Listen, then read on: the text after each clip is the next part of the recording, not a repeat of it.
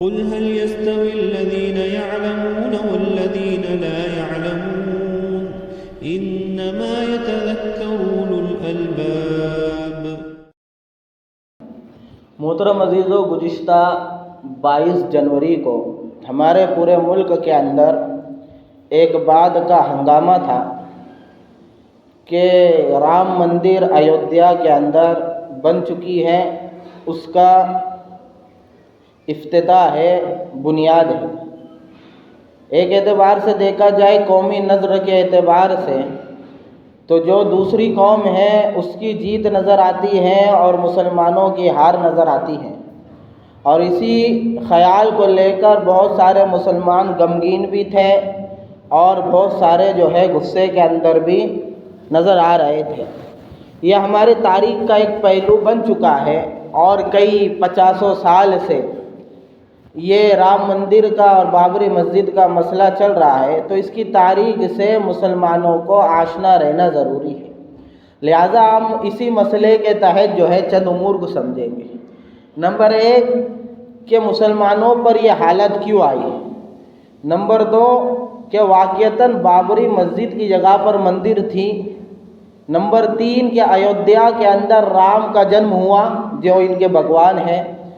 ان ساری باتوں کو انشاءاللہ ہم سمجھنے کی کوشش کریں گے، اور ساتھ میں یہ بھی سمجھیں گے کہ ہندوستان کے عدالت نے رام مندر کا جو فیصلہ کیا ہے کہ واقعتاً یہ ثبوت اور دلائل کی روشنی میں درست ہے، کیا یہ مسلمانوں کے اوپر ظلم کرتے ہوئے یک طرفہ حکومت کو دبتے ہوئے فیصلہ کیا گیا ہے، یہ ساری حقیقتوں پہ ہم غور کریں گے۔ سب سے پہلے تو دیکھو، یہ بات سمجھنی چاہیے کہ مسلمانوں پر یہ حالت کیوں۔